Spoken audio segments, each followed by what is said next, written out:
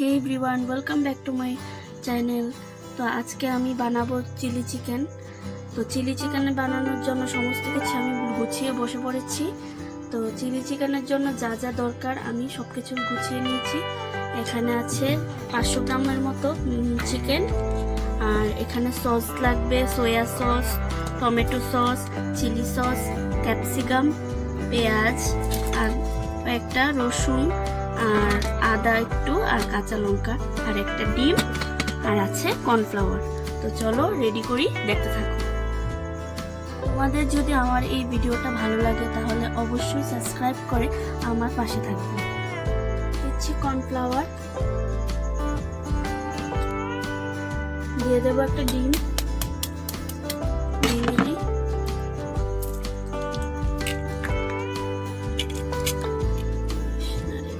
দিয়ে দেবো জিরের গুঁড়ো,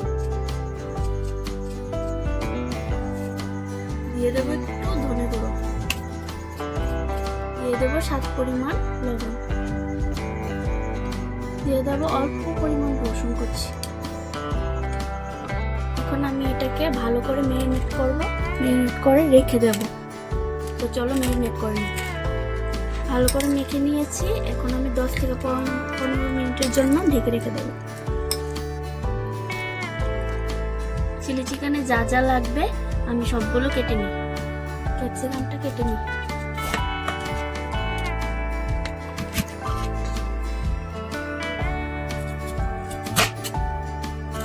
এরকম ভাবে কিউব কিউব করে আমি কেটে নেব। তো আমার ক্যাপসিকামগুলি কিউব কিউব করে ছোট ছোট করে কাটা কমপ্লিট হয়ে গেছে। এখন আমি পেঁয়াজগুলি কেটে নেব।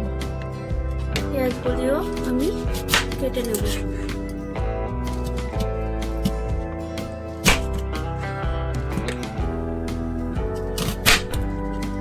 আমি পেঁয়াজের অংশগুলিকে এরকম ভাবে একে একে খুলে নেব।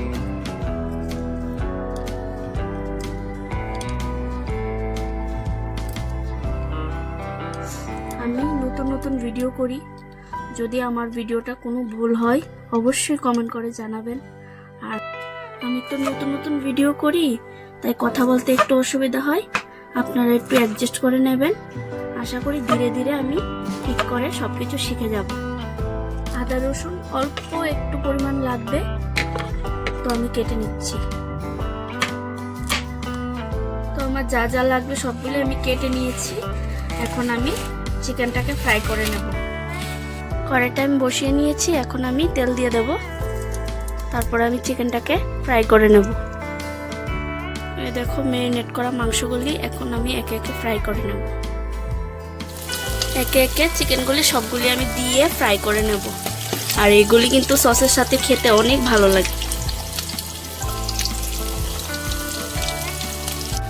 দেখো চিকেনগুলি একদম লাল লাল করে ভাজতে হবে, ভেজে নিচ্ছি। তো আমার চিকেনগুলি ফ্রাই হয়ে গেছে একদম লাল লাল করে। এখন আমি নামিয়ে নেব। দেখো চিকেনগুলি আমি ভালো করে ফ্রাই করে নিয়েছি। রসুন আর আদা ফোড়ন দিয়ে দেব, দিয়ে দেবো কাঁচা লঙ্কা,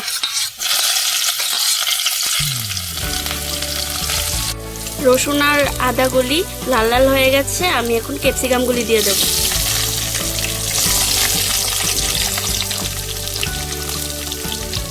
এখন আমি খুলে রাখা পেঁয়াজগুলি দিয়ে দেব।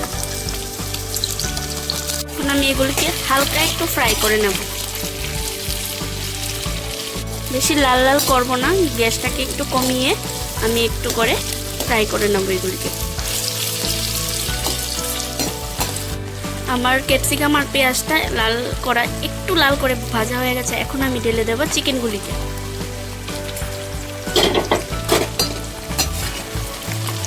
ভালো করে এটার সাথে মিশিয়ে নেব।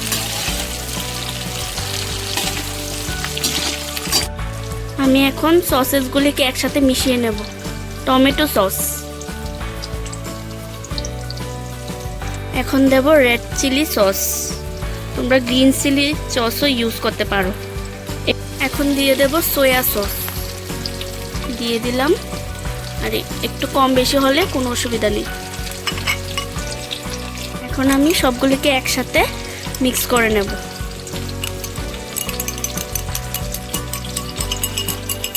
আমি এখন চিকেনটার মধ্যে দিয়ে দেব। ভালো করে মিক্স করে নিতে হবে যাতে চিকেনটার গায়ে লেগে যায় সসটা।